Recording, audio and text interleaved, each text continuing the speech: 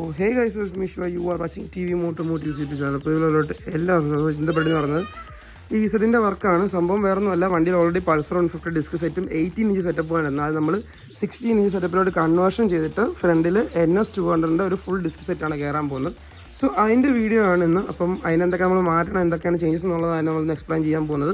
അപ്പോൾ channel പുതിയാണ്, channel subscribe ചെയ്യാൻ മറക്കരുത്. വീഡിയോയിലോട്ട് പോകും.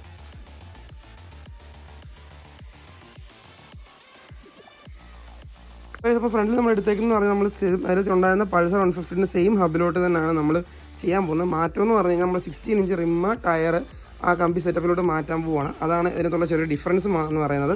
അപ്പം ഇത് കെട്ടിച്ച് ഞാൻ ആ ഹബിൻ്റെ ഇടയിൽ തീർത്തിട്ട് ബാക്കി കാര്യങ്ങൾ എക്സ്പ്ലെയിൻ ചെയ്ത് തരാം. സോ അപ്പോൾ ഞാൻ ഫ്രണ്ട് സെക്ഷൻ പറഞ്ഞ പോലെ 16 ഇഞ്ചിൻ്റെ റിമ്മ് കാര്യങ്ങളൊക്കെ സെറ്റ് റെഡി ആക്കിയിട്ടുണ്ട്. അപ്പം നമ്മൾ ഇതിനകത്ത് സ്റ്റഡും കാര്യങ്ങളൊക്കെ അയച്ചിട്ടുണ്ട് കേട്ടോ. അപ്പോൾ അടുത്ത് നമ്മൾ സെറ്റ് ചെയ്യാൻ പോകുന്നത് നമ്മുടെ സ്ഥിരം ചെയ്യുന്ന പോലെ NSൻ്റെ യൂണിവേഴ്സൽ ടൈപ്പ് അഡാപ്റ്ററാണ്. ഇത് കറക്റ്റ് നമുക്ക് സീറ്റിംഗ് ആണ്. ജസ്റ്റ് ഇത് വലിച്ച് മുറുക്കിയിട്ട് ഞാൻ ജസ്റ്റ് കാണിച്ചു തരാം.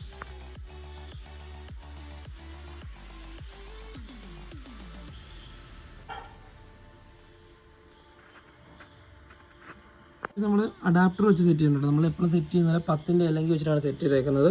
അടുത്ത ഇനി നമുക്കിനി ഡിസ്ക് ലൈറ്റ് ആഡ് ചെയ്ത് കൊടുക്കാം. നമ്മൾ ചെയ്യുന്നതെന്ന് പറഞ്ഞു കഴിഞ്ഞാൽ ആ സെയിം ബുള്ളറ്റിൻ്റെ അല്ലെങ്കിൽ വെച്ചിട്ട് അപ്പോൾ ഇത് വെച്ച് മുറുക്കിയിട്ട് വീല് സെൻറ്റർ ആയിട്ട് നമുക്ക് ബാക്കി കാണാം.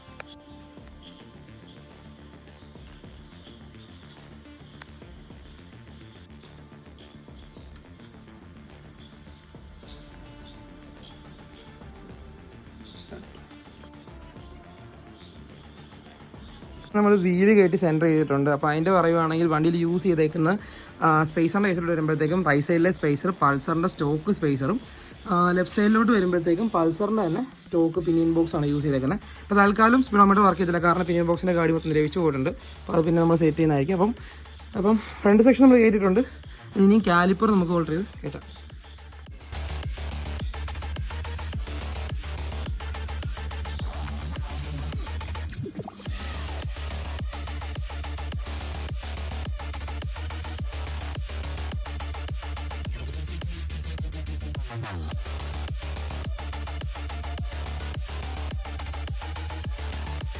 അങ്ങനെ നമ്മുടെ വണ്ടിയുടെ വർക്കും കാര്യങ്ങളും മൊത്തം ഫിനിഷ് ആയിട്ടുണ്ട്. ഫ്രണ്ടിൽ ആദ്യം മുതൽ പറയുവാണെങ്കിൽ നമ്മൾ ഇതിനകത്ത് യൂസ് ചെയ്തേക്കുന്ന പൾസറിൻ്റെ ഹബിൽ ഹാഫ് അടിച്ച് NS200 ഡിസ്പ്ലേറ്റ് ആണ് യൂസ് ചെയ്തേക്കുന്നത്. കാലിപ്പർ RTRൻ്റെ ഓൾട്ടർ ചെയ്താണ് ഡീൽ ചെയ്തേക്കുന്നത്. RTRൻ്റെ അതിൻ്റെ ഹോള് മാറ്റിയിട്ടാണ് നമ്മൾ സെറ്റ് ചെയ്തേക്കുന്നത് കേട്ടോ. 2 സ്പേസർ പോലെ തന്നെ അട്ടി യൂസ് ചെയ്തിട്ടുണ്ട് കറക്റ്റ് ചെയ്യാൻ വേണ്ടിയിട്ട്.